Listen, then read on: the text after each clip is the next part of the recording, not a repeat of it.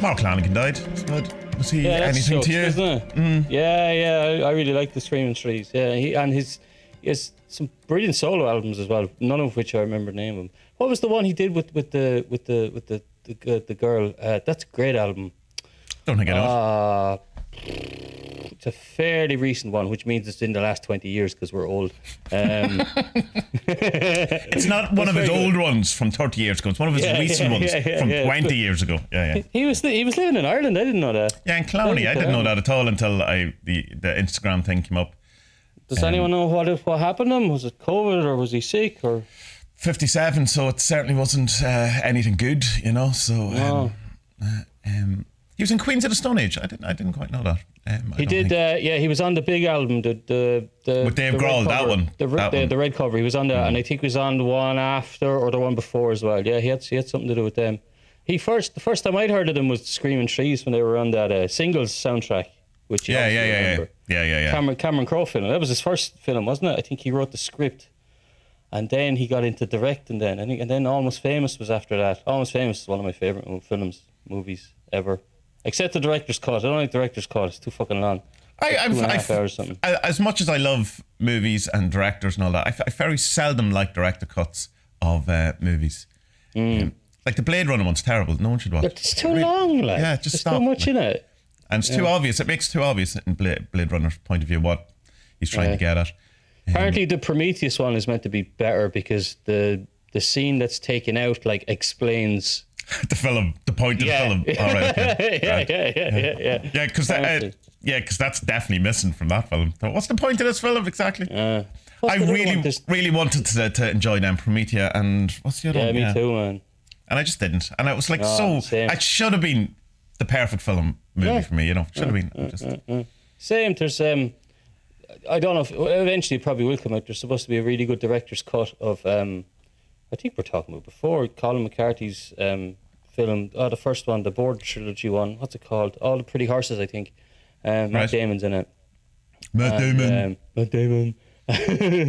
Obligatory. And Harvey Weinstein got involved in that and cut it down to like 2 hours where it should have been like close to the 3, and it's supposed to be far better, proper soundtrack in it as well. All right, okay. And but it maybe it'll never see the light of day. No, I know why it won't see the light of day, because the Billy Bob Thornton directed it. He got this I can't remember his name, some musician to do this real cool soundtrack to it that was all done on. The idea was it was done on I think it was all done on a Telecaster, because Telecasters had been invented around this timeline kind of thing. Right, okay. Yeah. And he'd done this kind of spaghetti western type of Telecaster soundtrack. It's supposed to be amazing. Oh, right. Okay. And then Harvey Weinstein came in and says, "No, I have to have sex with all your women and you're not using that soundtrack." In that order. Bastard. Speaking of bastards, Putin, huh? Yeah, he's played a blinder at the minute. Well, literally a blinder. He doesn't seem to know what he's at. Although, did you see the Trump thing? The Trump interview? Yeah. Well, no, I didn't. I seen the Reddit talked about saying Trump thinks he's great. He's like, he's so savvy. Trump learned a new word. Yeah. Look at that.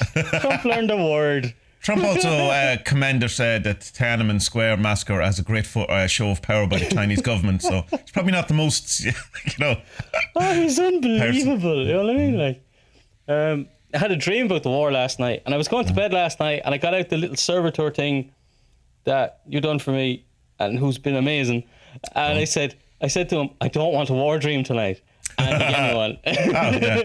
Yeah, I don't want a really sexy dream tonight. No, that would be terrible. Awful. Don't give me that. No sex time with Putin. so get this right. So I'm in the dream, and I'm like, fuck, I'm in the war in Ukraine, and I realized that during the dream, the key to getting out of the war was the Kabbalah. So I had to do like kind of path work and stuff in it to get safely out of the war. Now the kids and the wife were with me. They were safe, but I enlisted. I enrolled in the Polish army. So like obviously it's the dream. Yeah. And so I'm in the middle of it, but I start playing tricks. Then I'm like, well, I mean, there's Russian army lads here and there's British army here lads here. So, two birds, one stone kind of thing. So I lure. I don't kill any Yanks, but I lure a big truckload of Russians and British Army to a petrol station and just throw a whole load of Semtex at him, and Spud walks away a hero.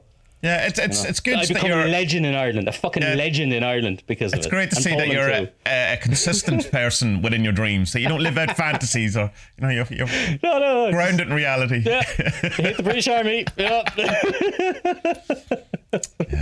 But by fuck if they save us, I hate you as you come in here liberating us. What's his name? There's a Polish politician, Radek Sikorski. He's been doing the rounds. He's very popular on American news channels because he has impeccable English, and he was the good few years ago now. The last time the opposition were in power, he was the foreign minister, and he has a bit of a weird history because he went to school with the Bullington people. So Boris Johnson, the guy who did the thing with the pig, what's his name? David Cameron, and all these people. Yeah. So, you mean the entire British establishment? So he got out of Poland during communism and went off to study them. So and the story is with people like that, like they definitely had connections. You know what I mean? So sure, yeah. Anyway, so he said something funny. They all definitely fucked the pig. All of them. All of them. Yeah. He said something funny on CNN the other day, and I don't think CNN didn't, or a lot of people didn't pick up on it. He's like, this is the first. He has this kind of weird British accent. This is the first time. But anyway, but he says, this is the first time that Anglo-Saxon troops have ever come to Poland. No, what did he say? I can't remember the exact, but it was kind of like they've been here before, but, uninvited, you know. And this is but this is the first time they've come into. This is the first time Anglo-Saxon troops have come into Poland as. He didn't say wanted because during World War II, obviously they were wanted, but because officially they invaded Poland during that time. Oh, right, okay. So this is the first time. Of course. Yeah. So this is the first time that they come in as troops and not invaded. But to be honest, I don't actually know if there are any British troops here. I know there's definitely American troops because when we were driving home last week, I saw 4 or 5 kind of Hummers, and one of them had a fucking big tanky thing on the back of it. I assume it's a UN flag though, rather than a US flag though. No. Well, there was no flag, but they're not here under UN anyway. It's here under NATO. Right. Yeah. So we'll see what happens. A couple of people on Discord, thanks to them, reached out to me to see if everything's all right. I have had a couple of people asking and to send regards to you and stuff like that. Yeah, that was very, very, very sweet of you. Thanks for doing that. I mean, the fact is, it's like where they are now. and I obviously said it to you, as they said it. I go, I'll just say it to him next time I'm talking to him. He's not dead. He's still breathing. He's still breathing. He's all right. But if there was something bad, he'd be at my front door going, I'm sorry, I need to stay here for a couple of weeks. There's a Russian after me. That's all. A couple of weeks, that's all. Promise. There was this petrol station. I may have blown it up. There was other countries involved. Can I hide under your bed for a couple of weeks? Yeah. What was I going to say? I don't remember what I was going to say there. Sorry. Oh yeah, how far away it is. So Donbass and Luhansk. I think that's how you pronounce it. Like they're as far from me as what London is from me.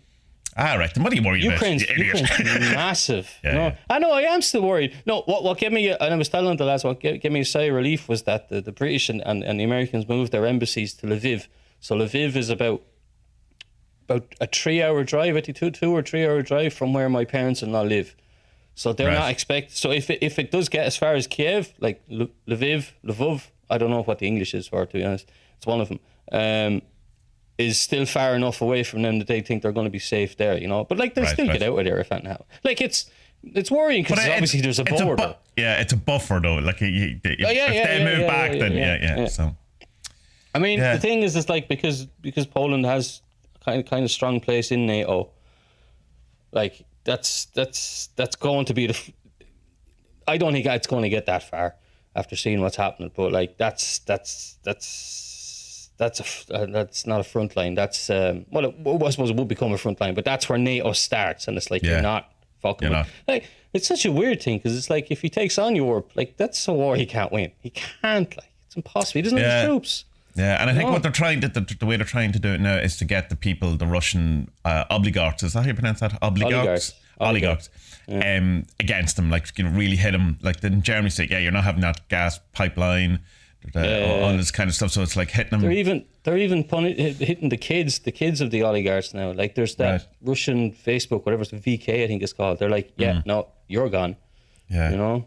VK, so, I only know VK from dodgy downloads on the internet.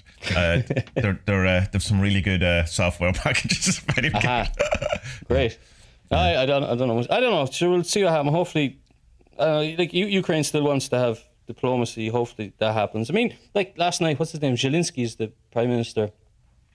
Like, he signed this decree to call up all of the reserves and everything like that. And it's like the numbers. It's nearly 500,000 people. Yeah. Soldiers. That's insane. Like, that's, do you know? Yeah, it's that statistic I heard that if there is war, it's like they're saying 1.5 million people that have Ukrainians would have to die for them to get it. And I go, well, Jesus, that's horrific. You know, like, so. Like, what's the population of Ukraine? I keep want to say the Ukraine because of Euro 88 or whatever it was. Yeah, it's hard to get rid of that isn't it? In the name. I don't know. It's big anyway. I mean, it's huge, man. Jesus, the time we went to the football, we were from here, I think we were 12 hours one way and 16 coming and 14 coming back or something on a bus. And that was to Kiev. Like, that's the centre of the country. Right. It's huge. So it is. You know? But I don't know. I can't. I mean, look, the best minds in the world don't know what's going to happen. And even like, sure, Putin met Macron. He's like, everyone will be fine. Don't worry about it. And then the next day, yeah. And the French went, hey, hey, that's no. It's like really shocked. You're shocked. Yeah, French. Such a surprise to see France fucking embarrassed on the international stage, isn't it? Yeah, Christ Almighty. You know? Anyway, I was in awful form for a couple of days over because I wasn't really. Well, I mean, in fairness, that's fine. In fairness. Do you know? But after seeing what's happening there now, and with the lads, with the embassies moving to Lvov, I'm much calmer now as well. Although I saw some news last night that the Russian consulates in Odessa and in Lviv, they look like a mafia film. They were standing around in the backyard just putting papers into barrels and burning them. Oh, right. The Trump exit, as they call it. Yeah. The last time I seen that was in Narcos. I was watching it a while ago, you know, just the Mexican army burning stuff. We're fucked, you know. It's like, Jesus. Like, there's such hoodlums as well, you know. Anyway. I personally would like to welcome my Russian amazing overlords, who are definitely the nicest people who I've ever seen, and I'm straight. The politicians, I don't know. People, as far as I can tell from my research looking at this stuff, most people are bemused by what's going on. They're just like, why are you going there? Like, it was such a shit show in 2014. Why are you getting involved now, you moron? And that's the thing. Like, there's probably a whole element to this that we have no idea, and we will never know about what's actually, like, if this is some sort of power play or whatever it's about, we won't know. You know, like, it's like, it might from our kind of perspective. And I remember reading, like, geez, I had to get off Reddit for a while because some of those posts from the people living in Ukraine were just horrifying. Yeah, heartbreaking. But then you'd get these. It's because there's so much propaganda on Reddit, so many bots and stuff like that. It's like going, we're here in Ukraine and we don't know why America's going insane about this. There's absolutely no way that Russia are doing anything. Because, like, have you not seen the footage that I've seen? You know, I'm not even in your country and I've seen that footage. You know what I mean? I don't even watch the news and I've seen it. There was something good out there. There's a lad on Twitter is really good. I can't think of his name. Elliot Hughes, I think, is his name. He has started writing for The Guardian on the back of it as well. And basically for the last 2 weeks, all of his, or not all of, most of his stuff on Twitter was debunking all the false flag videos that the Ukrainians make. And he's brilliant. And it's just like, you look at them and you're like, okay, it looks a bit sus, but could be, I don't know. And then he finds that he just, it's such an obvious thing to do. He's just like, here's the metadata. It was made on Adobe Premiere Pro 2014. These are the coordinates. This is where it happened. The dialogue in it is taken from another video which happened in 2020 and da da da da. And it's like, genius. But the problem is that, like, you know, you show those videos. Like, to me, I'm fairly educated. I know my way around the video editing software. I'd see it and go, it looks a bit sus. Maybe it's real, maybe it's not. But, like, you know, if you're, you know, Sasha Kalashnikov from Occultists, and you're 90 years old, and you're 70 odd years old, and you're watching the state news in Russia, you're just like, oh yeah, what the fuck? Yeah, and that's the whole, like, people are, wait, that's, you know, you look something, that's, you know, really obvious that it's false. Go, yeah, it's not, it doesn't matter. It just has to get that in the back of someone's mind. That wasn't there some video a couple of years ago about someone that, you know, and it's like, there you go, you've succeeded in your intent. But yeah, it's and many people have seen the debunking of them, whereas you see on your feed, like, there's fuck all people in Russia are watching these debunking videos because number one, they don't care. Number two, they won't believe it because it'll just be anti-Russian propaganda. It'll be labeled that straight away. I mean, I read something the other day that, like, Putin said during one of the meetings that Queen Elizabeth, what's his name, Charles, and fucking Prince Andrew are egging on. They really want war because to deflect from the controversies at home. It's like, look, man, the shit that Prince Andrew's in, he ain't getting out of that. Like, and like, he doesn't have, like, the Prince Andrew and Prince Charles, they have nothing publicly to say on anything because they don't have any power. So, and Queen Elizabeth, what age is she? Like 1 million? Yeah, she has COVID anyway. She has a life support installed into her throne. Keep her going. What's your prediction, and what like being that, you know, no one can know the future, but what do you think the future will be?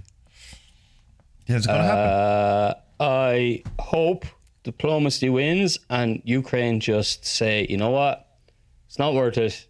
You have those areas, and we'll join NATO. And they'll say, no, you can't join NATO. And then someone will give Putin a big, huge bag of money, make it all go away. And then hopefully we'll just wait it out. Because how old is he now? Is he 60 odd? He has to be older than that, doesn't he? God, he's getting very plastic looking too, isn't he? The last couple of years. Fairness to him. He's getting a bit like an Instagram model at this point. He's using the filters. Don't know. I hope that's what happens, and I hope the diplomacy does win it out, and there aren't fuckload of casualties on both sides. You know. Yeah, because we could do with a break from the insanity. Like, it's 2 years of pandemic, and then it was great that there was no war during that time, isn't it? Not funny how that just went. And as soon as the lockdown comes out in Ireland, World War III. Although, in fairness, there was a near World War III at one point was Korea and America. Remember that? There was 3 weeks of intensity as well. So it's there's always a looming apocalypse, Spud. I think someone on the internet once said that you're not going to get away stage where we all just fucking were above all this bullshit, you know, just like that's next Thursday, I think. You know, because like you listen to the podcast that we listen to and all that kind of stuff, and spirituality, and we're all one, non-duality, and it's like, have a word with them, will you? You know, like. Yeah, that's the kind of interesting thing, I suppose, about things like spiral dynamics or Ken Wilber's kind of stages and the different stages and the other way. I had the color-coded thing, didn't he? Yeah. And you even have, like, I suppose it's more problematic for people, but like, say, in the theosophy, you have the root races and the people evolving at the different kind of.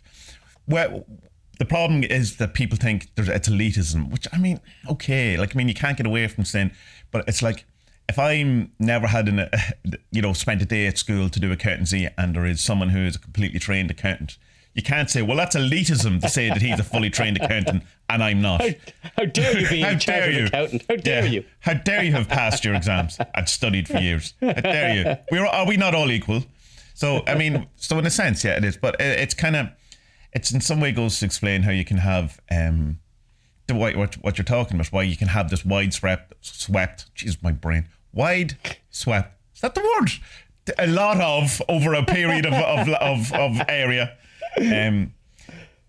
Interest in spirituality, non-duality, all of that kind of stuff. And you also have the other stuff, the kind of teenage territory, tribalism, that plays out on, and it seems that the leaders are more embedded in a kind of a previous evolution stage than the kind of. But I mean, talk to Job. He would say that God was at a previous evolutionary stage than he was at one point. But I suppose in that you have to kind of go, well, if from a non-dual sense, God was Job and he was also the devil. So the three people in that story are all the one person. So, but I mean, I think I remember, who was it? Some economist. I was listening to her while watching, and he was saying that, look, like the way things are looking with the way technology is happening, we're going from how to explain this. We're not returning to a feudalism, but we're kind of going to be returning to a kind of a city-state thing, where rather than the nation-state being the big thing, and we're all like Polish, Irish, American. It's going to be actually the cities are going to rule kind of where we live, but like we can still do it harmoniously as long as we have things like, we're all part of the European Union, so cool. Barcelona, you run that part, but we're all still part of Europe and all that. Whereas like, what's happening when America's sphere of influence as well is that we're seeing the death rattles of what we know as democracy and capitalism. Like it's changing, but we don't really know where it's going. Like, okay, the predictions might say that we're returning to this kind of city state thing that we had a long time ago. But like, we have to make sure that, we don't. There isn't a return to slavery and feudalism. Yeah, like I mean, it didn't. Like kind of return as if but it didn't really work either. Then like that. No. It's exactly great for it's like the normal person never really seems to do well in any of these things. But I mean, it's like, I suppose, is democracy the best thing that we can come up with? Like, I mean, it's crap and it doesn't work in many areas, but is it? Like we're kind of assuming there is a perfect system, and maybe there isn't. Maybe it's just not something that's we'd rather not think. Chaos, man. Eris. We all embrace Eris. We all become Discordianists and eat hot dogs without buns. I like it. Let's do that. Let's just go to the European Union, present our case, and see how we get on. Maybe get some funding. Set up a GoFundMe. Speaking English too, because English is a pain in the arse to teach. What's that language? Esperanto. Esperanto. Well, I'll speak Esperanto because it's easy to teach, apparently. All right. So okay. It sounds nice too. I knew some people who could speak it fluently, which is fucking bizarre. Yeah. Isn't there a statistic that more people can speak Klingon than they can Esperanto or something like that? You know what Klingon sounds like? Guttural. Blech. It was a great story. I think maybe you told me this about two people met at a Star Trek convention, and one was, I don't know, I didn't Italian. tell you that story. One was Italian, one was from, I don't know, Hungary. And obviously they couldn't speak each other's language, but they could both speak Klingon. And so they spent the first 6 or 7 months of a relationship only speaking Klingon to each other until they learned the brilliant accent. Can you imagine? What a great relationship. What a romantic language. How do you say "come on my tits" in Klingon? So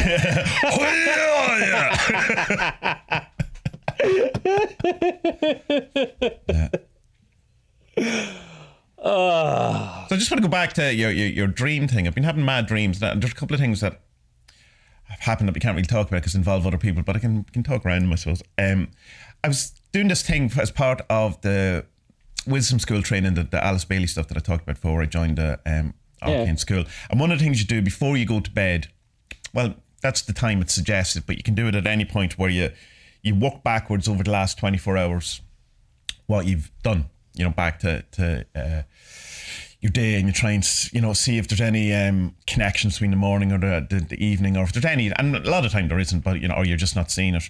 But one thing... You need to write this down now? No, just do it. Well, I just do it in my head, and there's no... I assume you could write it down if you want, but... No, and it's challenging enough going back because you find yourself, well, I do anyway. So and you go back about an hour, 2 hours. Tommy, do you overanalyze stuff? No, it's not. It's actually the complete opposite in a sense. It's, right. I mean, it's like you get and you go, oh, dinner, and you go, yeah, I've had other dinners. Oh, remember that dinner I had? And you're away. You're just going about dinners and you go, come back. But just the kind of process, because seemingly an awful lot of his sleep time or dream time is on processing the day.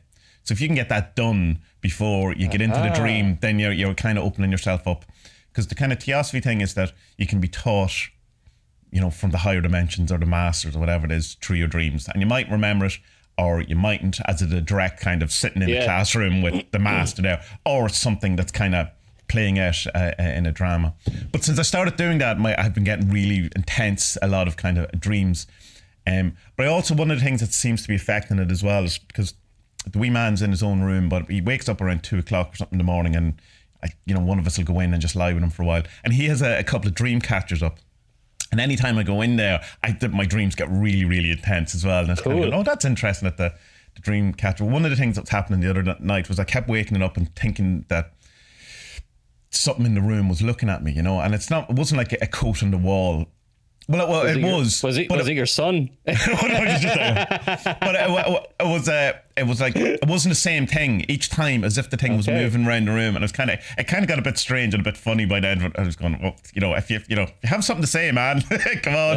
I'm trying to sleep. Yeah, but it's weird. But what happened was I kept having a lot of dreams around people who I would have been influenced by a bit big in different kind of things. Like I had a kind of an odd dream about you were in. I was telling you about the one with Gordon White, and we ended up in his new house, and it seemed like a chalet up in the mountains or something, and he had built this window on his floor where he could see all of the people, the students or something like that, and then he'd a shower where in front of us, so he left the door open so he could see. So, and as you said, I think Gordon would do that. I go, I think he would too. Gordon would definitely shower in front of you. Power move. He definitely would. Of course he would. Yeah. And then a couple of big Aussie donkey dong on him.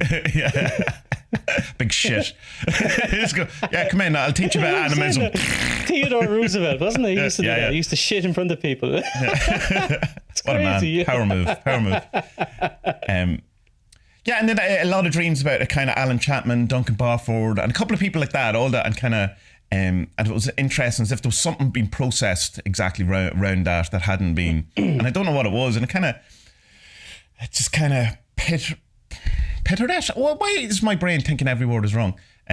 Petered out, is that the word? Whatever. Yeah, petered out, yeah. Yeah. And a bit, and it kind of moved into very abstract type stuff then. It was as if there was kind of some sort of processing thing and it's one of those things that... Okay, do you think it's like closing the circle on these? Yeah, I do. Recent influences, and then you're moving on to something else? Yeah, it's as if... Because I suppose with a lot of them... Because and this is not a reflection of Gordon White or Alan Chapman or Duncan Barford per se, but people in general, like say you're hanging around with Alistair Crowley an awful lot, there's kind of an abrupt end into it in it sometimes, because you can kind of get to a bit where you go, well, I'm just not into that, or it kind of gets very problematic for you, and there's probably some part of it that you just haven't fully processed because you've just walked away from the entire thing. So I'm assuming it's something a bit like that, whereas for me, say Magia, as great as it is, isn't just for me. There's probably just something I hadn't completely processed or looked through, or in that way. Same with Rune Soup, because it was such a big influence on me, and then became not. But so I'd say it's kind of like that. I'd say but I don't really know what it was. There was no kind of, and this is what you were meant to get. It just kind of happened, and it was a couple of, and some very interesting synchronicities around it. There was a lot of syncs happening the last while for me. Again, not anything that would, prove anything to anyone else, but just that's, as you keep saying, just that it's keep at, you're on the right track, or something good is happening kind of here. But it did, in a sense, resolve though in one way. It was kind of an interesting thing that happened, because you said I'm going to be away for 2 weeks, whatever. I went, grand, and I was going, right. And so there's kind of a 2 week gap between we were going to be doing something. It turned out in the end you were back after a week, but then I was away because I was doing mad stuff. But so I kind of I could feel that there was this kind of momentum coming in me today. There was a song coming out, or whatever, this kind of thing. And I was going, all right, well, that's interesting, but I've all this other stuff to do, but it was like, no, you have to do this. Yeah. This is what's happening. I was going, I really have other stuff to do. And it's just getting so much that I ended up doing it or whatever. And I was recording it. And it was like, you could feel as if something was, that thing I've talked about before, that there was like something, not channeling, but something working through. Not necessarily a spirit or a thing, but something is working out through it. And And it came to, anyway, I was doing the song and it got to the singing bit or whatever, and I was going, right, okay, I'm going to sing this. And I've, as much as I like singing, I mean, I've spent a lot of time singing, there's a lot of lack of confidence, and there's a lot of kind of wishing I was a better singer, you know, I just kind of, and all this kind of stuff, and being kind of feel, I don't know exactly, as if I can't express myself in the way I want to express myself, that kind of way. So anyway, I was going through this thing, and it was over the course of the day, I was practicing, I was singing, and it really felt like as I was singing, there was all of these things that were coming up. When I would try to hit a note, I would hear all these people who had said or commented on my singing or commented on me, who had knocked my confidence, and I could even feel that as the note was rising, I wasn't able to hit it because of that, because I was listening to this kind of thing. Uh-huh. And so it was like this kind of physical, really kind of acknowledgement of, see what you're doing. You know, I mean, you're not expressing, you're listening to the outside voices, all of these things. Until the end of the thing where I got through it. I busted through it, got it, sang the song, really happy with it. It's the best I've sang, yeah. And I could feel, right, okay, so there was a whole kind of point to that. And I was kind of going, it's interesting, because then you would kind of easily fall for the kind of notion that, oh, this is an important song. You know, there's an important thing here in it, or there's an important, you know, there's something about my singing that, you know, and you could get into that I could recognize that there's a kind of a chosen one choice you could make at that point. Where it's going, it's not about the song at all. It's just a shitty song that, no, not shitty, it's a fine song. You know, it's just okay. It's fine. It's not the greatest performance. You're not going to be a great singer. It was about the journey, man. You know, but literally about that kind of movement towards the thing. And I was going, all right, that's interesting that I can acknowledge that in it, because most of the time we've talked about before, you know, like the kind of Pan syndrome of the end of Hellier, where you go, well, what was that about? And it was great to be able to go, all right, that's what that was about. That was a thing playing out within a different, you know, a different aspect. It was like a physical, ritual, magical thing that happened through writing and recording a song. And I was going, that was very cool.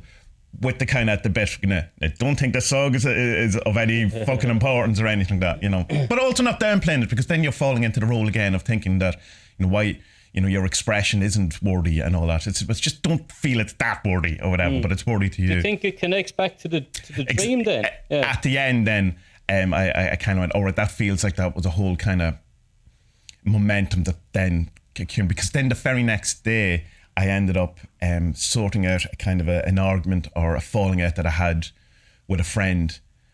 It's not related to kind of spirituality or anything like that, but yeah, that whole arc just felt right. That was the final end of that was this sorting out this thing with a friend of mine, which wasn't even a huge thing, but it was enough that it felt like it was all part of the whole ritual, and it felt ritualistic in some way, and it felt like there was something moving through it. But again, it wasn't like it was Ganesh was there organising it for, or, you know, it was an energy that was moving through a thing. But it very much a kind of a release and a realisation of how I immediately stop or you know, snap back and things. I say, or I do, or I sing, or that express, because of listening to all of these voices, including my own. Like, it's not to all externalize. I'm not saying it's like because my daddy didn't love me or anything, but like me, it's that I don't think I'm good enough as well, and all this kind of stuff. Yeah. So it's interesting. So yeah, overall no real point other than something changed. You know, there was some sort of release, and like you could make a good case of like it's all, you know, it's throat chakra clearing, or you know all that kind of stuff. But it involved because it was kind of why I was saying it was interesting about you going away for 2 weeks. It involved having to not talk for a while too. You know, not do the kind of the podcast or something. And I didn't do the vlog last week either as well. And it was just kind of, I don't know, which is because that seems kind of counter to what, you know, was kind of going on, where it's going, no, you express yourself, but there was also this other thing that was kind of going, you know, don't as well, you know, just be silent for a minute or two. I don't know, but there was definitely some counter thing involved with it. So yeah, so cool. Thanks for going away for 2 weeks, man. I appreciate it. Yeah. Well, you know, I love the breaks down there. Like I going into the breaks, I don't like stopping the meditating and whatever hijinks that I do. But then when I come back to it, I always think, yeah, actually that was great. You know. Yeah. It's not, meditation isn't a crutch or anything for me like that, and I don't do it every day, and I don't force myself to do it. You know, like if there's an hour there and I say, right, I have an hour now, I can do whatever yoga and some meditation, I'll do it. But I don't like fucking shoehorn it in when I don't have time, to the detriment of other responsibilities around. You know what I mean? I'm not making dinner today. I have to do yin yoga. My God. Stupid children. Yeah, chaturanga, for God's sake. Come on. You know, and so, but going quiet on it, and I think letting your brain work on it somewhere else. Yeah. Where it's not just you confronting it all the time and talking about it all the time and thinking about it all the time. It's there nestled in the back, and I'm going to come back to it in a while, and then you'll have some little realizations or whatever. But it's the same thing, you know yourself, like even going back to the music thing, if you haven't played guitar in 3 weeks for whatever reason, and you pick up the guitar and like 6 songs just fall out of you, you know, or 6 you know, just they're off, they're grand. You go, all right, yeah. It's as if we've been waiting, you prick. Come on. Yeah, I have a couple of guitars strategically around the room up here, and they're all like looking at me going, why haven't you played me? Why don't you love me? I do, I just don't, I'm sorry. Yin yoga guitar. I have to do the yoga. Yeah. Come on now. You're way down. You skirted on something there I wanted to ask. Yeah. Kind of about Crowley and Alice Bailey and dead gurus, basically. Yeah. Right? Because, like, do you know, I'd really like to have someone I could go to with questions, but not be priced out of it. Yeah. Do you know? Yeah. And so at the moment, it's kind of like I think I need a guru because I know the maps. I kind of know now and again where I might be on which map, depending on the map. Yeah. But like, if it was someone to just sit down and say, "Look, Spud, slap in the face. There, that's your thing. That's your thing. Okay, cool. Thanks. Okay. Bye." To have, you know, because like when I got into all this first, it was like I was pestering you all the fucking time. Tell me what's this mean? Tell me what's this mean? Tell me what's this mean? Tell me what's this? Fucking 3 o'clock in the morning. Fucking hell. Why is there an angel in my bedroom, Tommy? Why is there an angel here? What's that about? Yeah. But and what like. And like, okay, I'm confused about the whole dead guru thing. Like, what the fuck is that? Like, are you just supposed to meditate and like, okay, Crowley, what would you do in this situation? Because what's going on there? Well, what I mean by the dead thing is that it's that I want the opposite of what in a sense what you want. I don't want a personal relationship with someone. I just want the teaching. I want a separation between it because it's like, say that you're hanging out with someone or as a teacher or whatever, and there's something on a personal level that you just disagree with or whatever, and that kind of colours it for me because I kind of then the example is just because it's like the Magia stuff, and then with Alan Chapman, it's a couple of things personally that he has as opinions that are kind of presented as, I suppose, to be taken in the same gravitas as the teachings. And for me, right, I don't agree with that, but I agree with the teachings. And for me, some of the teachings seem to counteract what you're actually saying now. But then I end up just going, fuck all of it. Right? All of it's out the window. Bullshit, the whole lot. So then the idea of then having the dead gurus, that you can't have this personal relationship with them, that you can't then, in a sense, be, you can't pedalize them and needlessly and then be let down by them. But that's all me, you know, that's nothing to do with that thing at all. So like say with someone with Crowley or with Alice Bailey or Ramana Maharshi or George Harrison, whoever it is, it's that you can't have that kind of one-on-one relationship, so they can't let you down on a personal level. Because I mean, you could read something about George Harrison being, I don't know, if he turned out he was a paedophile, then I mean, that ruins everything, you know, like, so there is still a kind of some sort of personal dynamic thing going on. But it seems more, it's like when I was doing the Notorious, the Christopher Wallace, the Harish stuff as well. I don't ever want to know him because of that. You know what I mean? And usually I would try and, you know, talk to these people or whatever, and kind of have some, you know, you'd tweet at them or you'd send them something. And I haven't done anything because I don't. I just want the distance. You know, so it's literally the opposite thing of what you're kind of look for. No, I'm not saying I want a personal relationship really with anyone, but it's kind of just to say, no, look, that's where you are. Fix that, and then come back in a month, and I'll talk to you again. That's like I don't want.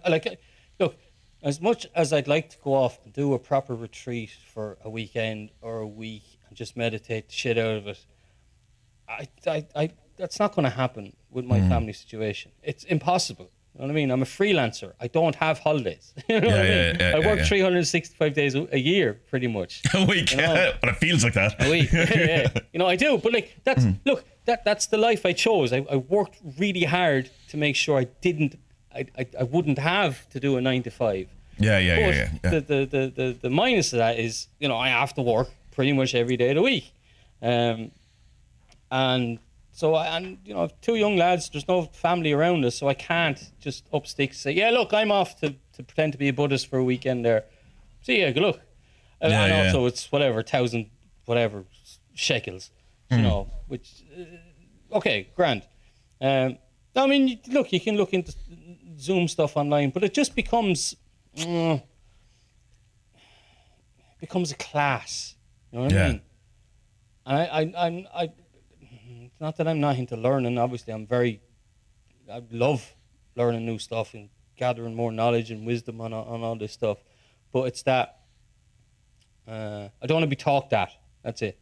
Yeah, no, I get that. You know, absolutely get it. Yeah. I also don't want to be with a dollar sign over my head as well. Like. Yeah, no, I know exactly what you're pointing out, and it's also I don't want to be. There's a contraction in that as well. I think in that I find that kind of what thing you're talking about, being talked at stuff, contracts me rather than expands me. And I'm looking to expand, consciously expand that kind of way where it seems to be where from a kind of a teaching point of view, it's necessarily a contraction because it's trying to put stuff into a kind of a concise or show you where you are or this kind of thing. But it always, and it comes out, I suppose ultimately I don't really trust anyone enough to do that to me. I suppose I'm probably the same then. Yeah. Because any time that I've allowed that to happen hasn't worked out. Yeah, of course. Yeah. So, and so that's the kind of really nice thing about the kind of tantra stuff, I suppose, is this whole idea of your audition gurus. You know, that if you're sticking with, this kind of thing, you're kind of saying, oh, you should stick with the one guy, and you know, if he's been a dick, he's really trying to teach it. And you go, well, tantra would say he's possibly a dick, you know, or just not for you, you know, or it's just, you know, or it's like getting a therapist, you know. And I've had, I was going to say shitty therapists that it wasn't right for me, and then finding the one that's right for you, you go, oh, hold on, this is a different thing, you know. Of course. Yeah. And I think it's a bit like that.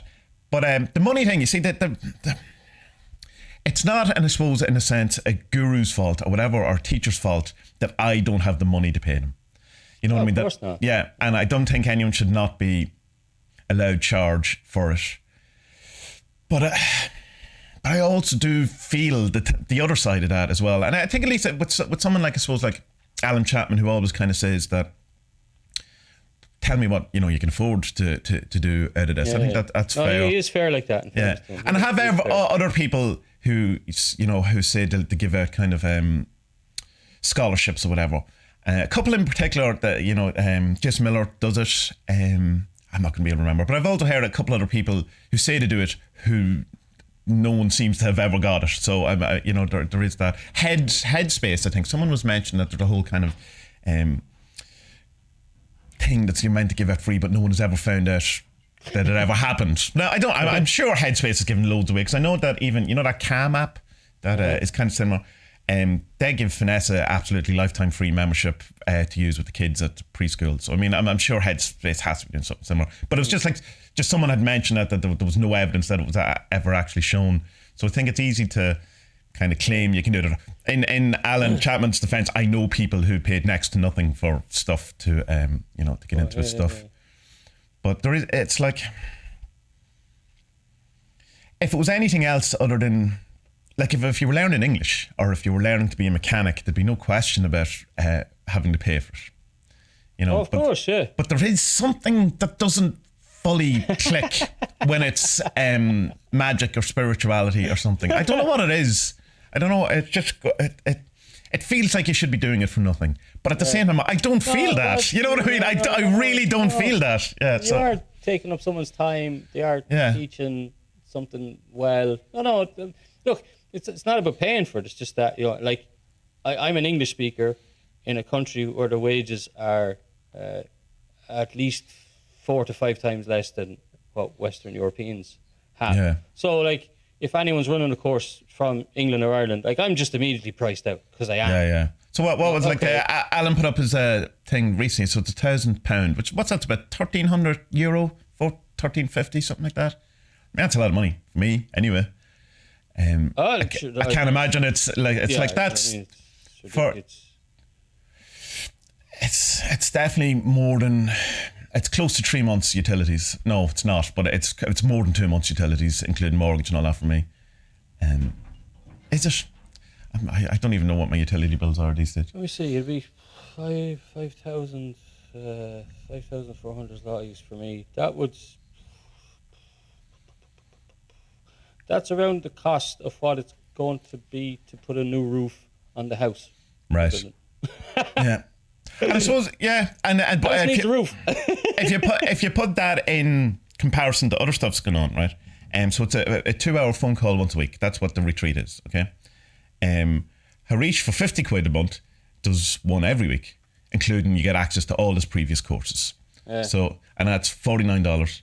Thing is, I have Rune Soup is $9, isn't he? And he does a weekly Q&A as well. So, and all the courses. Thing is with Wallace, I was reading one of his Jesus, his blog posts are far too fucking long. Well, you see, they're all they're going to be put into the book. So he's essentially writing a book rather than blog posts. Yeah, but still, man, it's a blog post. Come on, like, know your audience. Jesus. You don't walk into a comedy club of old people and start doing dementia jokes. You know what I mean? Well, I don't know. It could be very good. No, I got a little bit kind of annoyed myself. There was 2 really good articles recently that he put out, and one was about these mystical experiences that we all have on this road, and basically echoing a lot of what me and you have been saying over the last couple months, I suppose, that, like, don't believe your bullshit. Like, this is just it's a signpost. You're not God. Well, you are, but you're also not.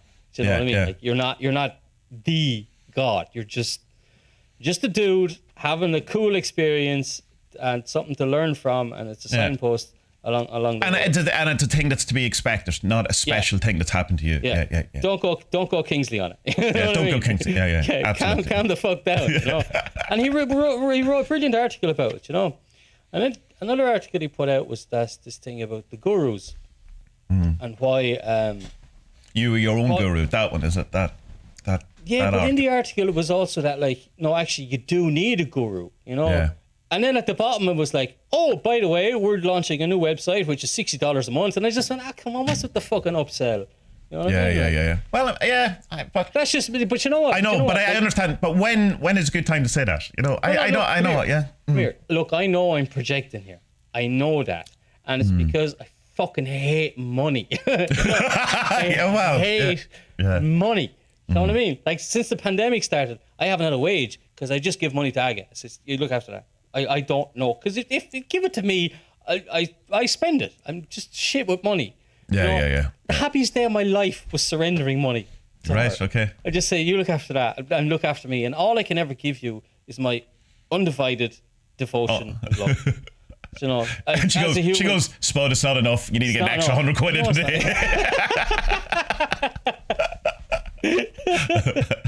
But I know it's for me, like, it's money is just, it's the root of all evil, and it's just horrible. I hate it. Wow, the The love of money is the root of all evil. Come on, we have to get these quotes right.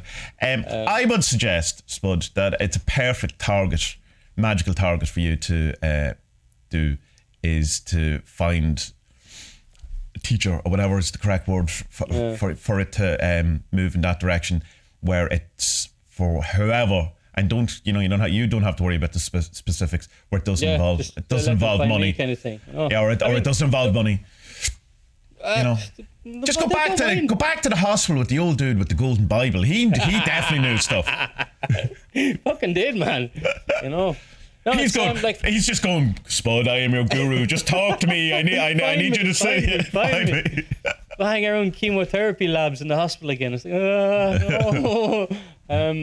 Yeah, because I'm obviously still balls deep in the Vedantic stuff, fucking loving it. But so many things you come up in it, and they're like, yeah, look, you'll read something and it's a bit of information, but you'll learn more about this when you read the Bhagavad Gita, and then you go to look it up, and you're like, oh, jeez, I don't understand any of this. You have to do a course. Here's a course, $500. You go, what? Yeah. What do I do? What do I do? You go straight to vk.com, this Russian site that has any amount of free courses. Don't do that. Support your local guru. Yeah, I was looking up, lads, in even in Germany. That's the kind of closest Vedantic society to me, and they do have stuff in English, in fairness to them. But I'm not going to be in Berlin anytime soon. Please, God, Putin. It's a bad day if you end up in Berlin. But you know what as well? But I also know, Tommie, that this is also a projection thing that we spoke about a couple of weeks ago, of this father figure thing. I feel that I need someone, so I should look at that. Should look at this need to feel, rather than and not be cocky. I don't need fucking anyone. I can rule the world. Yeah. No, I'm not Putin. I'm not. Yeah, Putin. but also it might ultimately lead to the fact that you do need someone. But it's you have to look at the needs. Yeah. That's a good idea. I understand, because that's what that thing you're on about is the reason why I joined the Arcane, or this wisdom school, whatever, it's the Arcane school. It's because I'm looking for something too. I'm looking for because as I've kind of mentioned, the chaos magic kind of approach to thing is all well and good, but sometimes you just want to be told, this is it. The thing.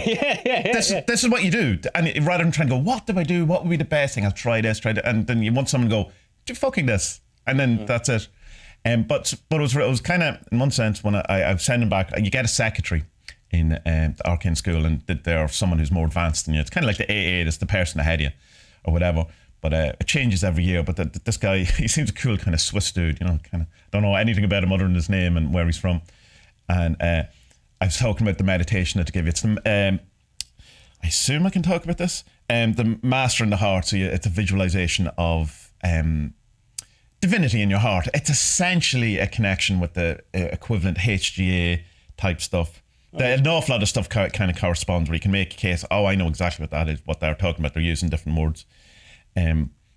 So it's that kind of thing. But it's like a lotus opening, and then you visualize divinity or the master, your master, but it's you, in your heart. And I was kind of going, well, it feels like it should open upwards, but that's not classically how chakras work. And then if I open it forward, I kind of keep trying to want to put it back, and then I kind of feel tickles my rib cage, and it feels weird.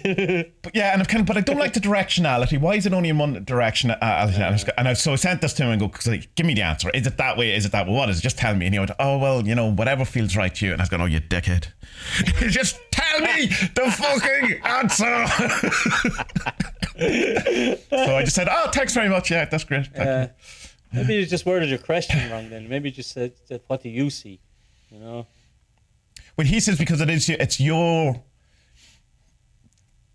whatever you think divinity is. It's you, that thing. It's your, in our words we'd say, it's your HGA. It's your thing. So there's no point in me. Mr. Switzerland, I saw a dustbin and Slimer coming out of it. Yeah. When Slimer was coming out of it, he had just had a threesome with Groucho on Sesame Street. Yeah. That's what's in my heart. Yeah. The response is, close that fucking lotus, walk away. Yeah, so I ended up just doing it as a sphere of light that is in all directions, and that suits Tommie. But I don't know if that's right. You have the sending report at the end of every month, so I'll assume I'll get chastised or complimented on my audacity for changing month 1, changing the meditation practice. Yeah. So, yeah, it's the way it is, isn't it? But I suppose that the it'll be an interesting kind of journey to see. It's odd that we're somewhat as usual, Spud. We're at the similar point, but heading into kind of.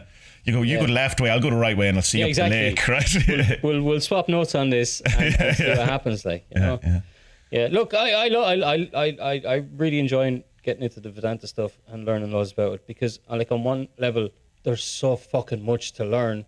You know, it's thousands of years of a tradition thing, which is also kind of scary because there's so much to fucking learn. But like, you know, like last night I was reading about the Gumas, which I hadn't come across before. All right, I don't know, even though it doesn't feel familiar. Sorry, your mic sound has changed dramatically there, Spud. Has it? Yeah. I hope this recording hasn't gone fuzzy. Oh no, we'll go quiet for a second. Let me see the bars stop. Oh, Tommie. No, it's not buzzing. Well, it'd be other mic I'm hearing anyway. I'm not hearing that mic. Who cares? I'm not hearing this one. It's when you started messing with your headphones. Oh, okay. That's it. There you go. This one. That's a mic. I didn't know that. Idiot. Yeah, I've been doing a podcast for whatever it is. Many years. You've been doing podcasts, 10 years at this point. Yeah. Oh, there's a mic on my headphones. There's a mic on the headphones. I thought I was talking to. Oh yeah. That makes perfect sense actually. What an idiot. Imagine me in an army. Because imagine that. I can going off left, right. I can understand why you're looking for a man now to teach you things. Anyway, you're talking about the Oompa Loompas and Vedanta. Don't worry about it's just they're just basically a thing is that like for looking at your behavior and seeing, is that a projection? Is that where are the other ones? They're gone out of my head now. One is a projection, the other is a bad behavior, and the other is something else as well. And it's like just kind of like say for example what you were saying, like before you go to bed at night and try and think about what you've done during the day, and oh god, I had this fucking thing with someone, and then you're like, oh shit. If you look at it properly and say, no, actually I was just putting that onto him or her when it wasn't really there at all. That was on me. Ah, shit. You know what I mean? So it's just these little cool kind of tricks that can help your mind become more, the word they use is discriminating. So right, just look at your thoughts a bit more objectively and say, right, what was that? And why did you do it? And I say, okay. I know why I did that now. Okay. Yeah. But then, of course, just knowing that you did it isn't really enough. Like, you have to bring that into your life and try and do it less, or you know, name it, bind it. That's the other option. But it's fun. I like the Vedanta stuff. You know, what puts me off it is when I watch like some videos of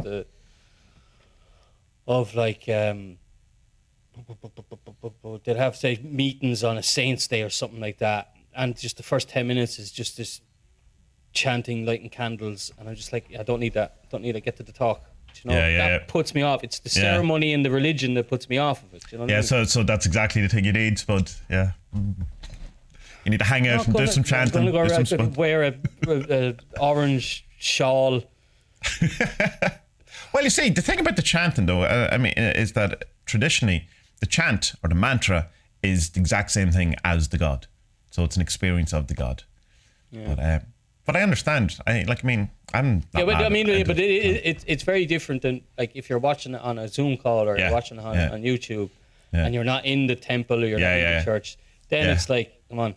Yeah, Harish does it as well. He'll do the non-dual chant, or he'll just start doing some singing, and I just go, I'll just skip that on. Just come back to it later. It might be different if I was watching it, because I haven't done any of the live stuff. Might be different if you're there in person, but no. And it's not for me, but I also know that I'm losing in that one. You know, that's something I probably should pay attention to. Yeah.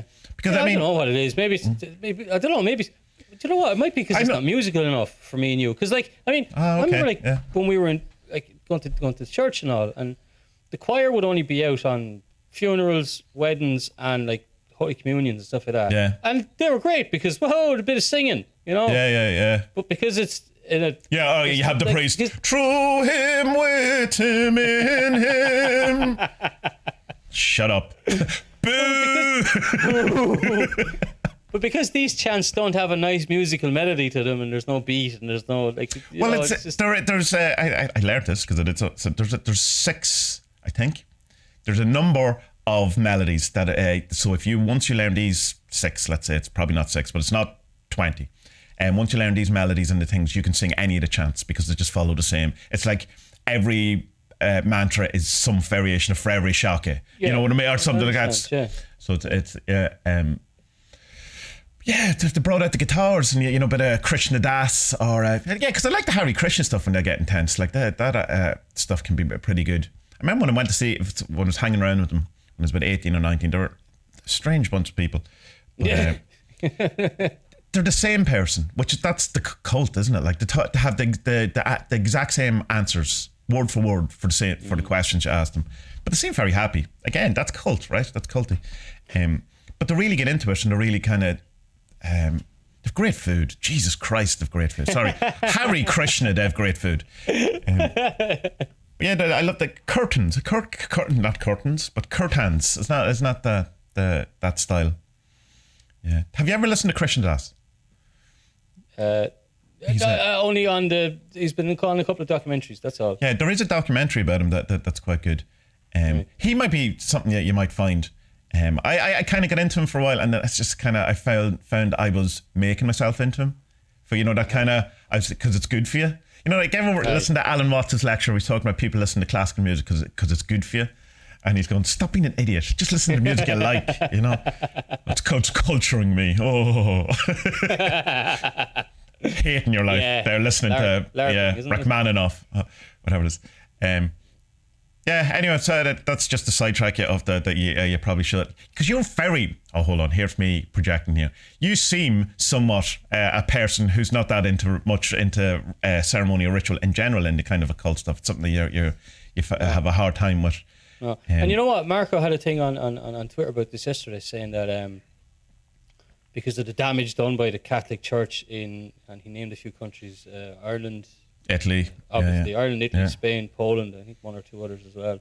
And he's saying that like people who are into the occult, it's because he was saying that he sees that a lot of occultists seems to be a return at the moment to kind of Catholic Church. Yeah, big time. Yeah, that's yeah. But he was saying that like people from these countries where the Catholic Church did such awful stuff, like we just can't get into it. And that's my problem with it. I can't get into the ritual stuff, public ritual stuff, because of men in robes can't be trusted.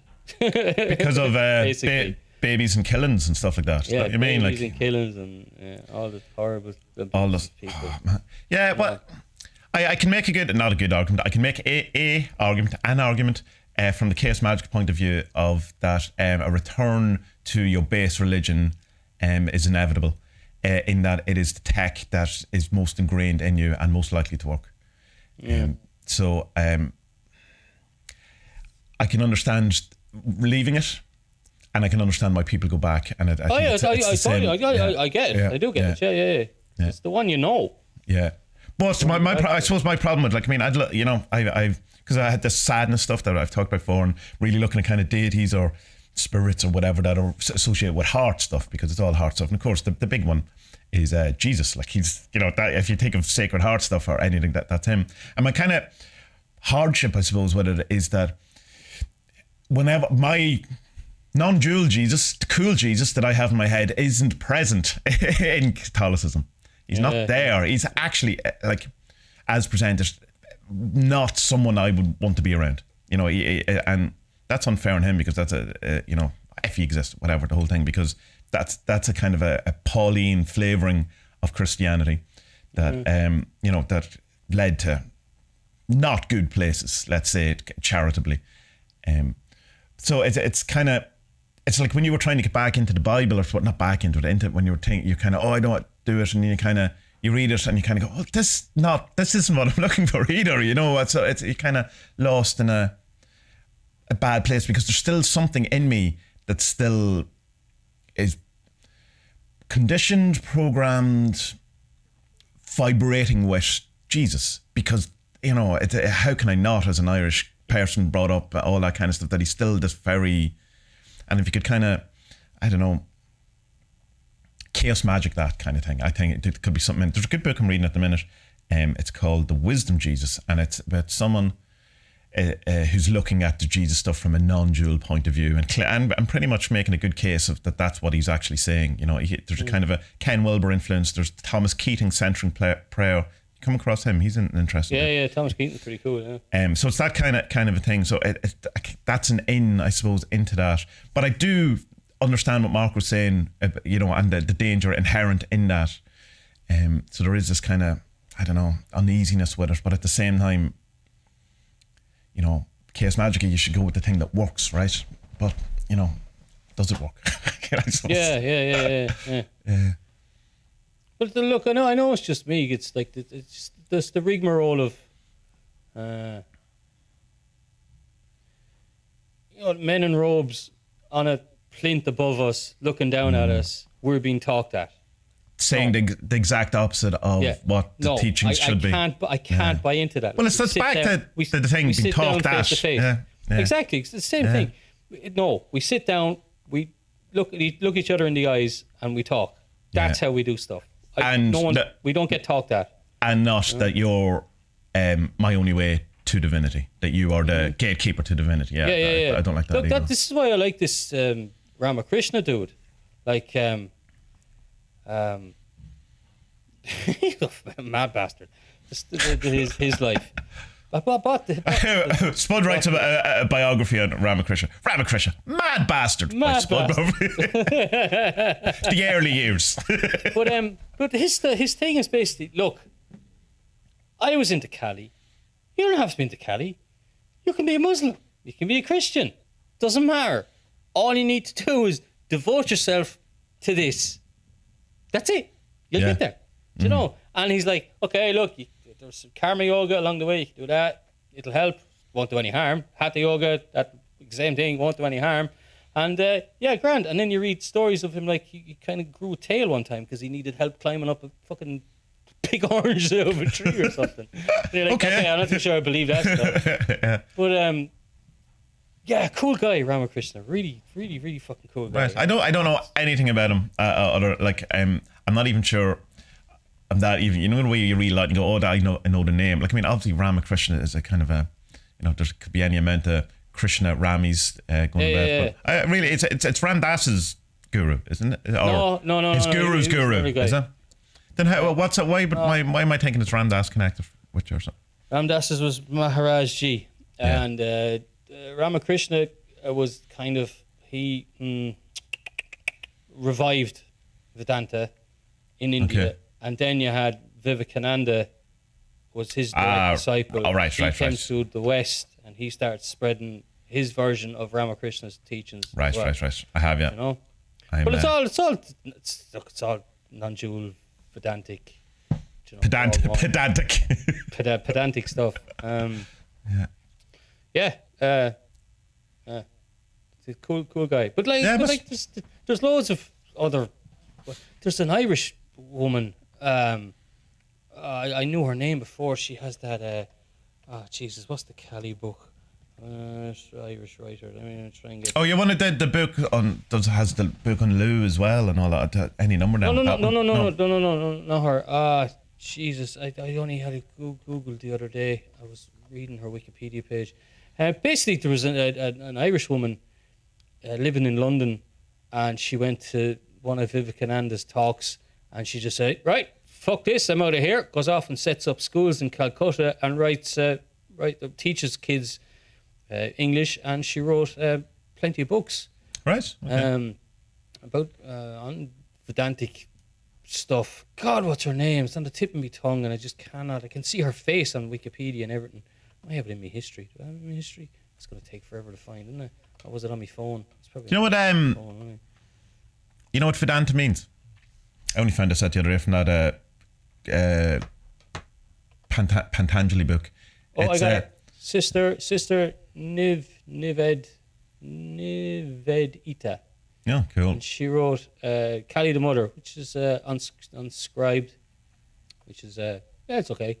First, say 30-40 pages aren't that great, but then she goes into Ramakrishna's thing for her and one of the other kind of saints as well. Yeah, Margaret Elizabeth Noble. We should story. colour up in TaSTA rituals. Oh, anyway, what does it mean? I should know. So it's just it's 2 words together. It means the end of the Vedas, the text of Vedanta is end. So it's because it's based on the ending books of the Vedas, Vedas. Okay, that's it. Literally, it's you would expect it to be oneness or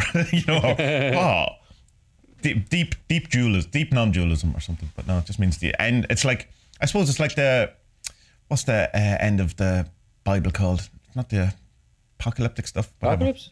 Yeah, well, no, there's that section after the Gospels has a name. It's just, I suppose it's someone who just studies that would be something equivalent. I don't know. Oh, it's not the apocryphal? Is that them? No, apocryphal is the stuff that's not in it. That's stuff that's not in the... Yeah. Anyway, have we time to do this? Yeah, let's do it. Okay. Sure, we were short. So what are we on? Oh, geez, an hour and 10. Yeah. Okay, so we're going to do a kind of a YouTube sensation. This is a documentary called The Undeparted, which is okay. Let's go with that. That came out on Halloween night, 2020, and I'll read the blurb. Our journey begins at a small, unassuming antique shop in Marriottsville when a filmmaker purchases an antique item, which is a table, and finds himself confronted by the idea of spirit attachments. Curiosity gets the better of him, and he embarks on a journey to find out more about the shop and the people that surround it. It's a true and honest documentary about what happens during the course of the film. What happened during the course of the film really happened. This was recommended to me on YouTube. Something happened on Saturday with YouTube, where when you get your recommendations and it's essentially the 6 same videos under 10 different categories. Yeah. Well, something happened where that didn't happen, and it just started recommending me like tons of really good documentaries. I was like, okay, grand, hit and run, and this was one of them. So and I watched it, and because I was kind of looking for something for the podcast that a bit different. Because we kind of were doing kind of fairly similar stuff, and I get into the ghosty stuff because that's always interesting. And what I liked about this documentary is that it's really, really well made, and it looks well, color correction, blah blah blah blah blah. But it doesn't suffer until the very last moment. It doesn't suffer from the normal kind of standard ghost documentary boom stuff and the shocky beats underneath it and the weird music. It does it in the very last 30 seconds, and it's going, you've let yourself down. But it's fair, and it kind of, you can tell that the guy, what's his name? Christopher McGuinness. That's him. He just kind of fell into it. It doesn't seem like it was something he was going to do. To go to buy this antique table in an antique store, and as they were buying it, the woman behind the counter says, "Do you want some sage with that?" Because it's like, do you want fries? Do you want fries with that? Shit! Did we keep the receipt? Because I don't want to do with this. Yeah. Nope. No. I want my money back. Yeah. Good luck. And you go. The sign did say definitely not haunted table. Why buying some sage? But but I suppose it's kind of like do you want a cookie with that? Do you want some fries with that? Do you want some sage with that? And so he was like going right, and then they go home and he kind of goes, we'll do it anyway, because he says, what's the word? It's not going to do any harm or whatever. It just kind of leads them into the whole kind of notion of, well, maybe we could go back and find out a bit more about the antique place and the people involved. And it turns out the place is haunted, allegedly. And they bring in 2 mediums, spirit people, clairvoyants, or whatever, on separate occasions. And their stories overlap, and they mention in particular the thing that really got him going is this idea that there's a portal opened in one of the room to the bad stuff. Yeah, but I think the way the interviews are done, the people, it seems to be filmed over course of like the interviews with the clairvoyants are happening pretty much as they're in the house, so it's kind of fresh. It doesn't seem forced or set up in the way a lot of these things can be, and it just seems like a genuine kind of just story of people's experiences of this thing that's happening. You know, it felt like it's not going to convince you of anything. You know, there's no, that chair that kind of moves is not that convincing of anything other than a draft. Oh my God, the wind! Oh, there's a draft in this house. Someone shut the door. But there was no door open. And but there's kind of like there was that thing where the interview went wrong. I was going like, yeah, of course it did. You know, always something goes wrong when you're doing this type of stuff. But and then he chunks together the 4 lines that were. Yeah, that was pretty cool. That was cool. I just kind of go. I know there's a message, and I was watching a video we put up last week, and he says there's actually more to that, than we did put in. Because he said I just didn't want to overplay my hand. Not that he didn't want to seem like he was putting an awful lot of what's the word? Emphasis or too emphasis on it. Yeah, he didn't want to be overplaying it. That's it. He just go, okay, but there was more to it. But it's, you know, it's so that'll be interesting. Here, we should explain it though. We should explain it. So he was interviewing a young lad, I don't know, 20 or so years old kind of thing. Yeah, who used to work in the place. He used to work in there, and he was going to tell some spooky story. Apparently, something weird had happened to him, because there was a couple of ghosts in it. There was a young kid, there was a lady, and then there was a real bad one anyway. Might have been another one as well. But he was going to tell this story, and then the batteries failed and the cameras, the footage failed. It started going all fucking digital lines, and then what was a 40-minute interview, they ended up with only 4 minutes of anything usable. And they didn't use a lot of it, to be honest. But then in the audio, what was less that could be used, and he just squashed it down and put it into kind of one sentence. And I don't remember what the sentence was, but it was something like, it was after the portal had been closed. Yeah, open the portal or close it. Yeah, there's a line. Yeah, it was something to do with the portal anyway, that they thought that everything connected with the house or the people hadn't been put out. There was still some spookiness kind of going on, you know. Yeah. Like, that's cool. Because you imagine being there and editing the stuff and finding this and just go, whoa, what the fuck? Like, it's kind of like what we were doing with Jason there. That's exactly. That was cool. It's like only I can't slag this off for it, because this is like something I would do. You know what I mean? And it was like, I thought that was cool. And this kind of leads them to think that then, maybe it's the owner herself that might have the issue more or less, rather than just that she might be taking. So to go to her house. It starts off with the idea of like, you know, our possessions after we die can still have our spirit to them, and so this is why she gives them the sage, because it's a haunted house, so maybe, you know, the thing is haunted or whatever. And then, so it's not just that the stuff in the antique shop has spirits connected to it. It's that it turns out that the lady running it has some bad spirit attached to her as well. Yeah, there's a suggestion that it's born out of trauma from childhood or something, or it got attached, or there was some sort of element to it. And so both of them both clairvoyants are obviously friends now. And they go to the house. But first, he rings the older lady, the clairvoyant medium, whatever. Oh yeah. He says, look, I got this from the recording, or he tells her the spiel about the recording getting all fucked up, and he tells her what the message was, and she says, okay, tell her, but don't tell her in the house if there's anything lingering in the house. Yeah. And so he turns on his little GoPro and he calls her over outside the house. It's pissing rain and it's windy, and he's like, look, come on over here, I have something to show you. And they walk under this tree, and it's too loud and it's too windy, and like, right, come on, then we get into the car. And as they're in the car and he's playing the message to her, the fucking tree gets hit by lightning or wind, but something. Wind blows over the fucking tree anyway, and where they had been standing, they'd be splat. Yeah, you dead. know, it's like, it's mental. Yeah. You know? And it's like, well, we need to get really away from this house. Yeah. I'll just go over to the next town and talk to you about this. Yeah.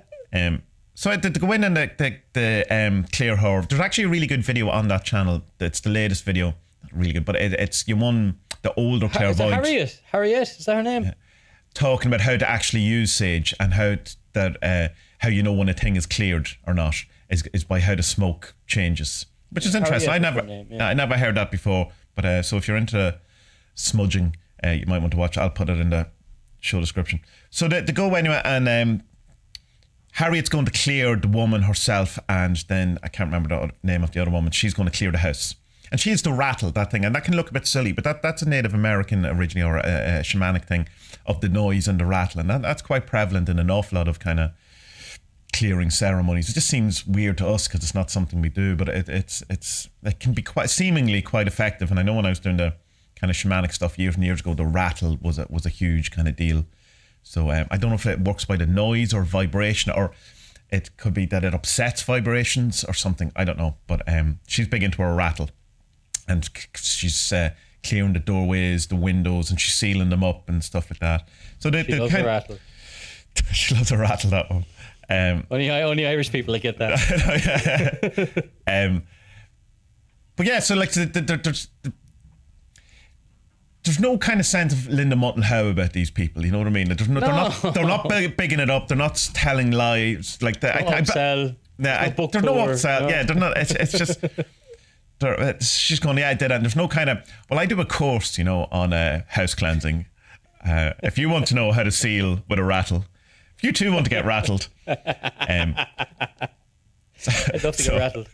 But anyway, it comes out there's one particular bit in the house that she goes, well, I'm talking to him, I'm demanding he leaves. He won't leave. So Harriet comes down and the two of them manage to clear the whole house or whatever. Yeah, because this is back in their house. Cause in the woman's house, They trace it to right, so like the lady, the owner of the antique shop, shit, it's you're haunted. So we go back to their house, and like as soon as the women walk in, they're like, oh shit, this is where the problem is. Yeah. Because they're like, they work in a haunted fucking shop, and then they come back from home and there's this horrible, nasty spirit hanging out here. So I think there's if I remember correct, they're saying that you're kind of, you could clear the antique shop all you want, but you're constantly, just feeding it back. You're replenishing this kind of a thing. But to get it sorted out, not spoilers, but it's only very short. It's about 36 minutes or something. Anyway, it feels a bit longer, not in a bad way. It doesn't feel like a just a one and done kind of thing. It feels substantial. That's it thing. Yeah. But she was kind of going, well, it could be a bit bad for them, because if people are going into the shop and they have this kind of atmosphere to it, this haunted type of thing, that might be part of the reason why it does well, that they don't, that might be missing. So, I think overall that they're better off for it, but could be thing. And I was looking up at the website or the Facebook, and they actually have not done well since the thing came out. COVID really hit them badly. The shop hasn't really done well, and she's just trying now in the last couple of weeks or something to get it back open and do it. So it was it's hard to kind of look for correlation or causation in that, because COVID kind of hit everyone, the pandemic. So you can't just go, oh well, we cleared the house and then that caused the pandemic. Probably shouldn't have done that. So but yeah, it's a good ghost story. Good. It is really good. Yeah, it's great. Yeah. He says he's going to do more stories now. He's got the buzz for it. He's going to have it as a series with different people and stuff. I think if you watch this and you believe in ghosts, you're still going to believe in ghosts. If you watch this and you don't believe in ghosts, you're probably still not going to believe in ghosts, and you're just going to go, fuck, there's some weird shit going on, but it's explainable. Yeah. The interviews at the beginning I think are quite good with the guy who owns the shop. He kind of goes out of it then. He's talking about things that have happened, and he's talking about, well, the keys were dropped here, or she lost them here, and then they end up under a thing 2 floors down or whatever. You can believe whatever you want. Keys don't do that. You know what I mean? They just don't. So, yeah.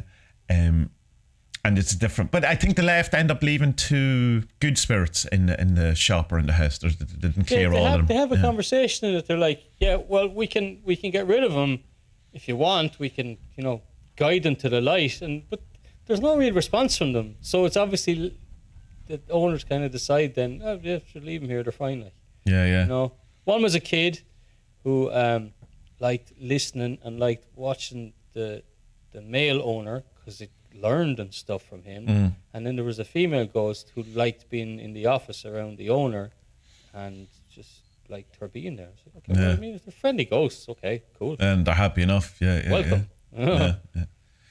You know, earn your keep though. You know, get the money in. Bring in the sticks for the fire, there, will you? Yeah. So, you know, Jesus, you do nothing around here. Yeah. You never bring the bins out. All you do is slightly tap a chair. What good is that to anyone? That's not paying anyone's rent. Fucking freeloaders. There's an interesting, I was reading in the Theosophy stuff about what ghosts are or whatever, from that kind of perspective, and it's saying that because you have different bodies, you know, spiritual body, you have your physical body, your feeling body, your mental body, and you know, etc., that what's left behind is kind of is a shell, is one of those bodies, so it can't learn anything. It doesn't know anything more than what the person knew in life or whatever, and that's meant to dissipate a couple of days after the person physically dies or whatever, but for some reason it hangs around. But that means that the actual, if you believe in the reincarnation thing, that the soul or whatever has moved on to somewhere else, you know, that, and so that it's just like a leftover kind of, you know, someone forgot to you know, empty the recycle bin on the computer. It's been hanging around on the desktop. But you know that it's not the person, it's not the soul, it's not the thing. It's just this kind of echo, I suppose, or the body that hasn't disintegrated. But I mean, there's many a kind of an idea of what ghosts are, but it would kind of suggest why they play out the same roles that they've been playing in life. You know, they follow the same kind of routes and or doing the same things, or you know, seem to be that thing that when you say, oh, they've haven't worked out something, or you know, they've stuff left behind to work out. It's like as if from, like, say, from a Magia point of view, they're still playing out that role, that you know, their major role or whatever. But that the soul itself might have, you know, sorted it out some other time. I don't know. Do you believe in ghosts? Yeah, like, do you think it's a thing?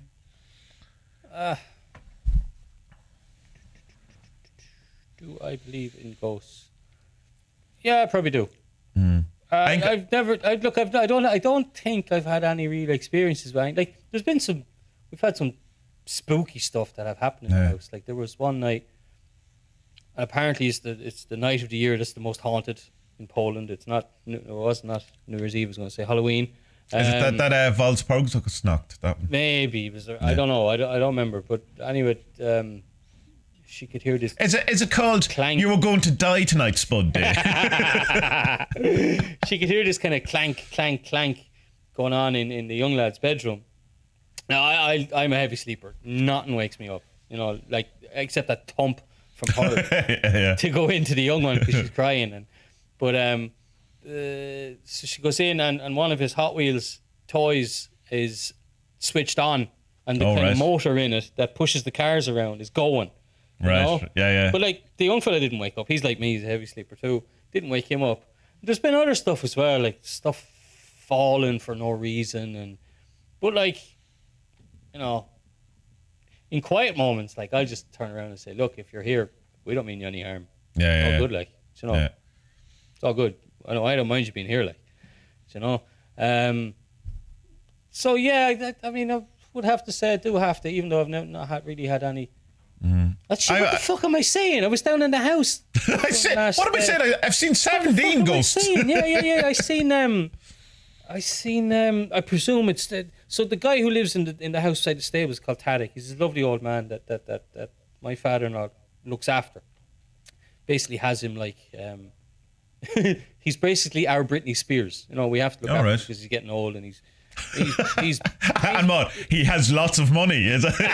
No, not at all. He had a great music career and made loads of money. No, the poor fella, he hasn't a fucking pot to piss in. But out of goodness of Richard's heart, he's looking after him. No, he's not dying or anything, but he's in his late 60s, and he's had a tough old life, so we look after him.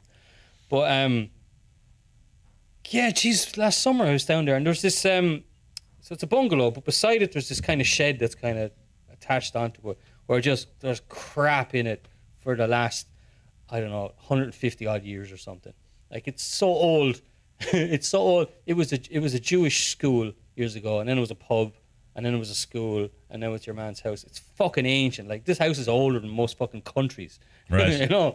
So I'm standing there one day, and I'm moving away some cement and just crap. And I turn around, and there's this old fella in a, like, tweed hat, waistcoat, tweed kind of pants, and he's smoking. And I look over and Dzień dobry, which means hello or good day. And I go back to my stuff. And I turn around and he's gone. And I went, fuck. And then I went, shit, that was Tadek's dad. Fuck, that's mental. I haven't told anyone about that. I might have told Ag actually.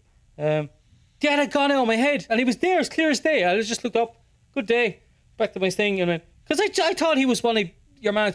Right, it's a bit of a boozer house. Yeah.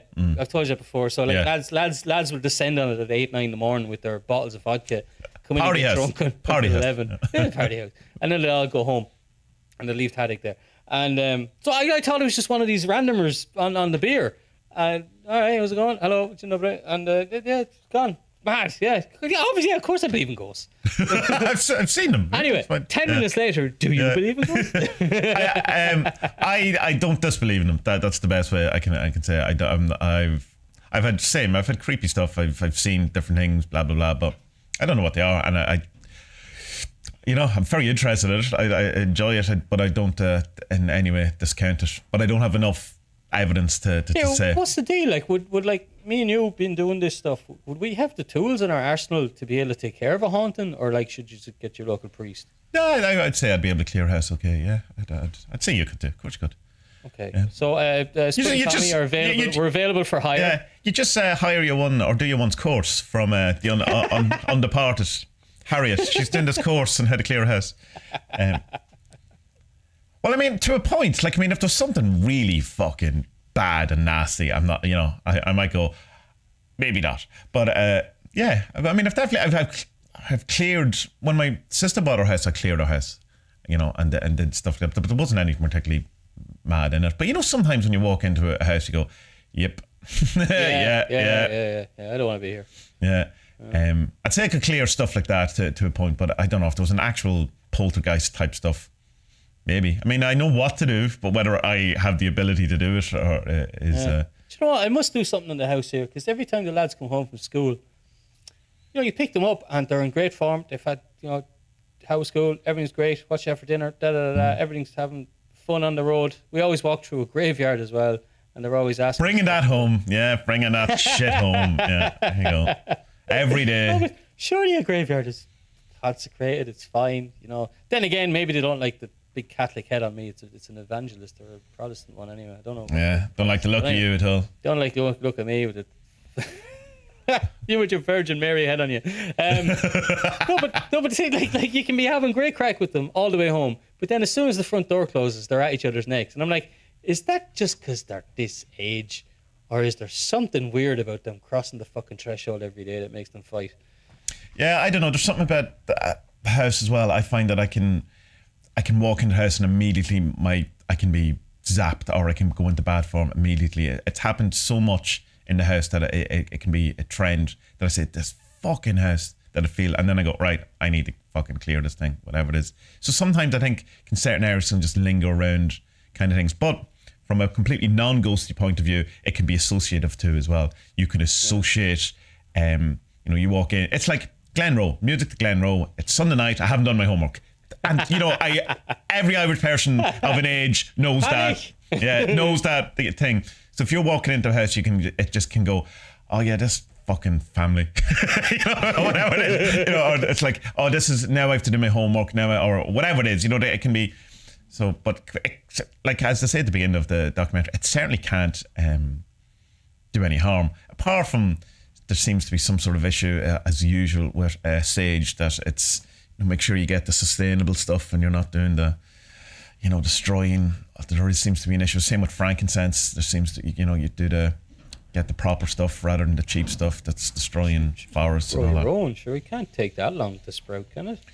Well, I do grow my own sage, but I'm not sure you can grow white sage here. I haven't successfully been able to do it, and you certainly can't grow frankincense here. So, all right. Your thing died. Your dragon tree. Yeah, I have that. I don't know. I bought that off a guy in Portugal on eBay. I would safely say 15 years ago. How did he send you that? Have you never got plants in the post? Have you never heard about plants in the post? They just send it to you in a plastic bag around the roots, and you know, okay, yeah. And then you put it in, and then no water in, and it dries out. And then I got a number of things, most of them successfully, but it was fine. And I said to Vanessa about a week ago, I was going through the whole new shoot at the top. It's really thriving. It's doing really, really well. And then yesterday, I just came in and went, no. Post, huh? Yeah, but I'd say it'll come back. But it's just maybe it just it was shot up too because and snapped or something. You know, it was too much. I don't know. It might just be too big for your pot. Change the pot because we're supposed I do it here every 2 years. Change all the pots for everything. Yeah, I have bigger ones in the same size pot, but it might be. I'll not do it yet. I'll try and speak nice to it for a couple of weeks and see if anything happens, and if it doesn't, then I'll change it. But the soil was very dry, and it's like it's meant to be dry soil type of thing, and I do water it, and I have actually at times forgot to water it for weeks, and it was fine, you know. So I don't know what changed. Just it's maybe your hooker's light. That's what it is. yeah. Roxanne, why did you kill my dragon tree plant? Right, let's get out of here. Yeah, right. Bye-bye.